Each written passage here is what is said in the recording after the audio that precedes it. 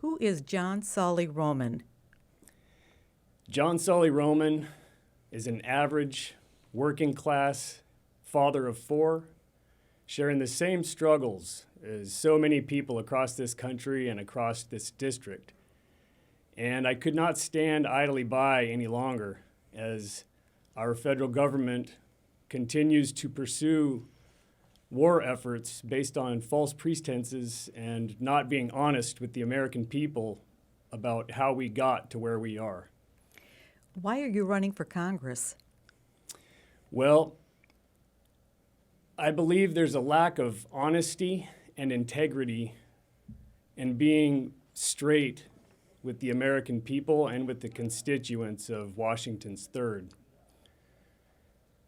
With so many special interests and lobbying groups influencing our representatives, it's my view that we are no longer represented, but instead legislation is steered to the large institutions and lobbying groups that fund the re-election campaign efforts of the representatives.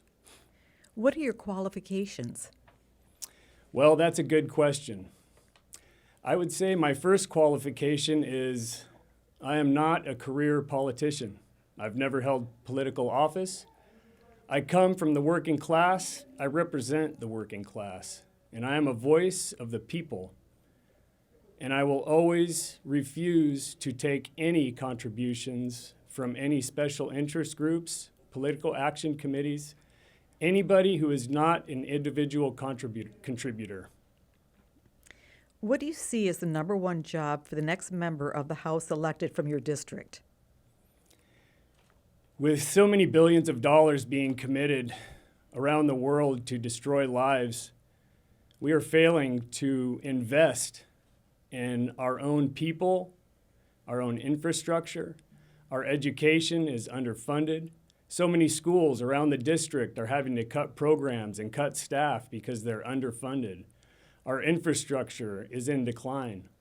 Inflation is on the rise, has been somewhat tamed down recently, but one thing that fails to make the headlines is the record corporate profits that we are seeing take place before our eyes.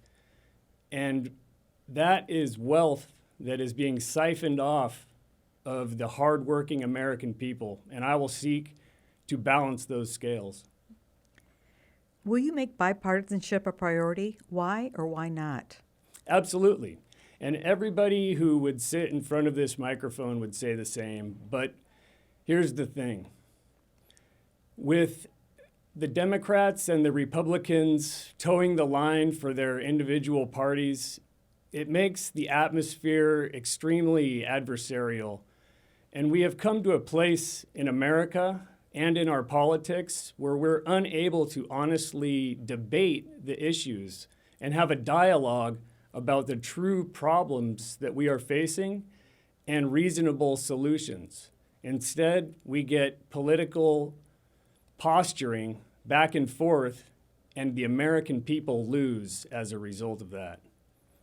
Should the United States put more strict conditions on its support for Israel or how Israel uses U.S. weapons? Why or why not? Oh, absolutely. And this is an absolute disgrace.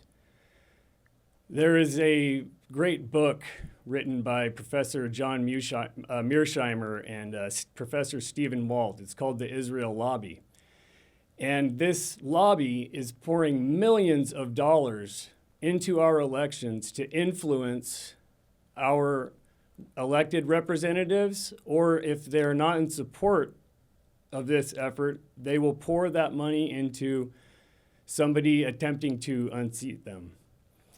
And when this is the case, when there is what the International Court of Justice has determined to be a plausible case of genocide, thousands of people, millions of people starving, civilians being bombed relentlessly, displaced, it is just unconscionable that our support for this is even a controversy.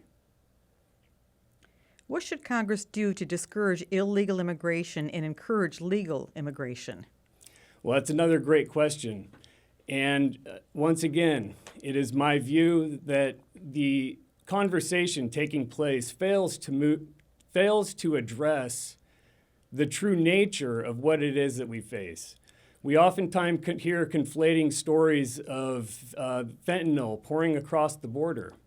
Well, 93% of the fentanyl that comes across the border is coming through ports of entry, and 89% of the convictions are U.S. citizens.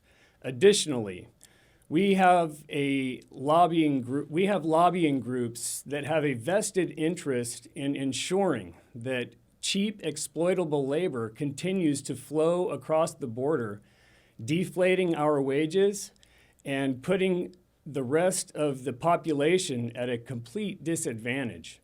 Additional to all of that, our birth rate is at 1.6. We need a 2.1% birth rate to sustain or grow a population.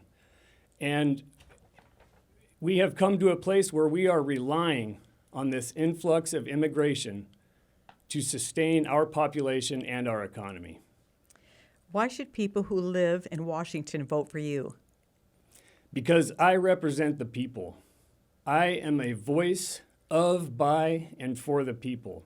I seek to unite Democrats, Republicans, progressives, people who find themselves in the America First camp. This is America First. This is prioritizing the American people.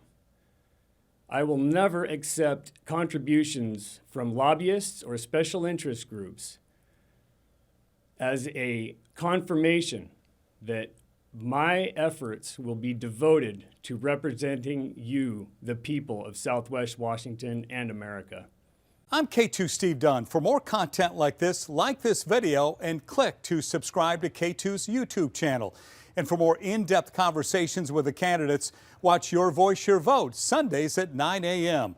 For continuing coverage of the 2024 election and beyond, visit KATU.com.